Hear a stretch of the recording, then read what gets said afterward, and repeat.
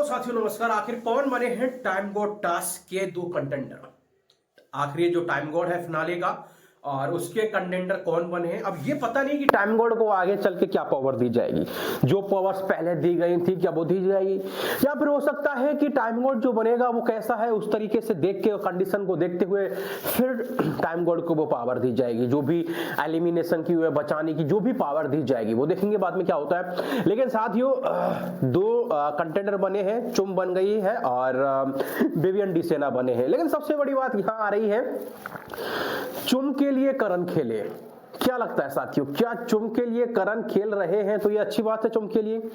मेरे हिसाब से तो गलत बात है, क्योंकि यार जो कंटेंडर यहां तक आया कंटेस्टेंट जैसे कि चुम का ज्यादातर रहा है कि वो अपने दम पर नहीं आई, उसे हमेशा घसीट घसीट के करण ही लेके आया है। करण ने उसे टाइम गॉड बनाया, बहुत सारी चीजें हुई, यानी हमेशा करण का बहुत ज्यादा सपोर्ट रहा है।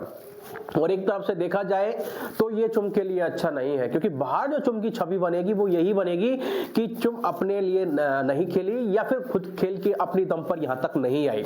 और जो एक अपने आप में एडमायर होती है और एक खुद की जो रेपुटेशन बनती है इस गेम में, वो चुम यहां से नहीं लेके जाएगी। यानी हम बोल सकते हैं बेचारे का टैग यहां से वो लेके जा सकती है, करण की परछाई बन के वो रही है। तो ये सिस्टम रहा है। हालांकि अविनाश ने ये चीज बोली भी है कि यार चुम अगर अपने लिए खेलती तो एक अलग ही बात थी, कहीं ना कहीं चुम को अच्छा लगता, बाहर के लोग देख रहे हैं तो कहीं ना कहीं चुम के लिए वो चीज नेगेटिव हो सकती है। जी हाँ साथी, मेरा मानना भी यही है। हालांकि चुम अपने आप में बहुत दमदार है। अगर वो अंडों की रेस वाली बात थी तो वो आराम से दौड़ सकती थी, उसके अंदर इतना स्ट्रेंथ था, उसके अंदर कैपेबिलिटी थी कि वो आराम से दौड़ सके और वो जीत सके टास्क को। लेकिन उसने इतना खास कोशिश नहीं किया, तो वो सबसे बड़ी बात आ रही है। और चुम के लिए अगर करण खेल रहा है तो हालांकि करण सोच रहा है कि भाई मैं खेल के और लोगों की सिंपैथी ले लूं, तो ये भी कहीं ना कहीं गलत है।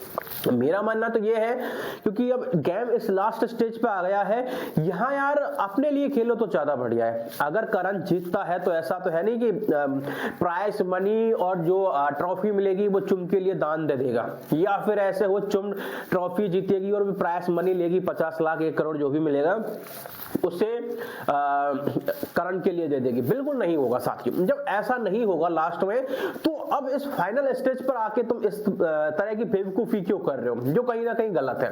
अगर बात आती है विवियन की, तो विवियन अपने लिए खेले हैं और अच्छे तरीके से खेले हैं, उन्होंने अपनी ताकत दिखाई है और वो कंटेंडर भी बने हैं इस चीज के लिए, तो मुझे बहुत खुशी भी है।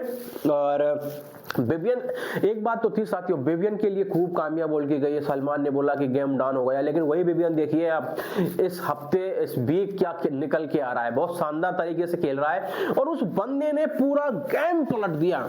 लोगों ने जो उंगलियां उठाई थी, लोगों ने नहीं उठाई थी, सिर्फ जो सेलिब्रिटी थे, बिग बॉस था, उन्होंने उठाई थी और किसी ने उंगली उठाई नहीं। और अब वो चीज क्लियर हो चुकी है, उनकी नजर में भी अब विवियन उठता हुआ नजर आ रहा है। और विवियन के लिए बहुत बड़ा सैल्यूट है साथियों कि विवियन ने ना कम समय में इतना अच्छा करके दिखा दिया। बहुत अच्छी बात है विवियन के लिए। हालांकि अविनाश 3 ही ले पाए, यहाँ ईसा को तो हुआ कि भाई मेरे लिए नहीं खेला। हालांकि उसने जताया नहीं, लेकिन उसने एक बार जताया भी कि अब हमारा ग्रुप कहाँ चला गया। लेकिन ईसा यहाँ पर गलत है, क्योंकि ईसा इस लास्ट टाइम पर आके अभी भी उम्मीद कर रही है तो गलत है यार। अविनाश अपने लिए खेलने आया है, विवियन अपने लिए खेलने आया है।